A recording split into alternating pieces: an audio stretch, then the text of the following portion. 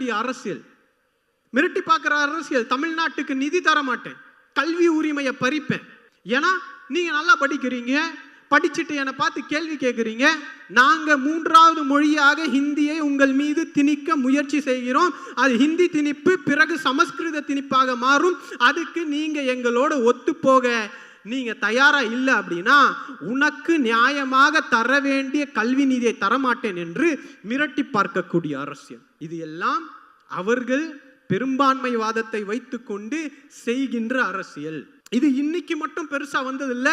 1947 இருந்து தொடர்ந்து அது விதைக்கப்பட்டு, அது பாதுகாக்கப்பட்டு, அது பிரபலப்படுத்தி இன்னைக்கு மிகப்பெரிய விஷக்காடாக பரவி நின்று கொண்டிருக்கிறது. இதற்கு எதிராக அன்னைக்கு எடுத்து வைத்த முழக்கம்தான் இந்த டிராவிடியன் ஸ்டாக் எனக்கூடிய அரசியல் முழக்கம். திராவிட இனக்குழுவினரை சார்ந்தவன் என்று அன்னைக்கு பேரறிஞர் அண்ணா எடுத்து வைத்த முழக்கம். இந்த அரசியல் முழக்கத்துக்கு கீழே என்ன இருக்குன்னு பார்த்தீங்கன்னா, பாலிடிக்ஸ் ஆஃப் இன்க்ளூசிவிட்டி, அரவணைக்கக்கூடிய அரசியல்.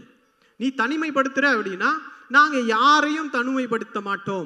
எங்களுக்கு பிறப்பால் உயர்ந்தவர் கிடையாது, தாழ்ந்தவர் கிடையாது. நீங்கள் திராவிடராக இருக்க வேண்டும் என்றால் நீங்கள் தமிழ்நாட்டிலோ இல்ல கர்நாடகாவிலோ இல்ல ஆந்திராவிலோ இல்ல கேரளாவிலோ மட்டும்தான் பிறந்திருக்க வேண்டும் என்ற கோட்பாடு கிடையாது.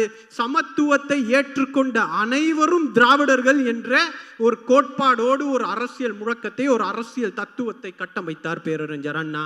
அந்த தத்துவத்தை அடுத்த நிலைக்கு எடுத்து போய் கொண்டிருக்கிறார் இந்த தமிழ்நாட்டுடைய முதலமைச்சர் முத்துவேல் கருணாநிதி ஸ்டாலின். இதை நான் ஏன் சொல்கிறேன் என்றால், இந்தியாவில் இருக்கக்கூடிய தமிழர்களுக்கு மட்டுமல்ல, இந்தியாவில் இருக்கக்கூடிய வட மாநிலத்தில் ஒடுக்கப்படுகின்றவர்களுக்கும் குரலாக இருக்கக்கூடிய ஒரு இயக்கம் என்றால் அது திராவிட முன்னேற்ற கழகம் தான். அதனுடைய தலைவர் முத்துவேல் கருணாநிதி ஸ்டாலின் மட்டும்தான் என்பதில் பெருமையோடு சொல்ல நான் கடமைப்பட்டிருக்கின்றேன்.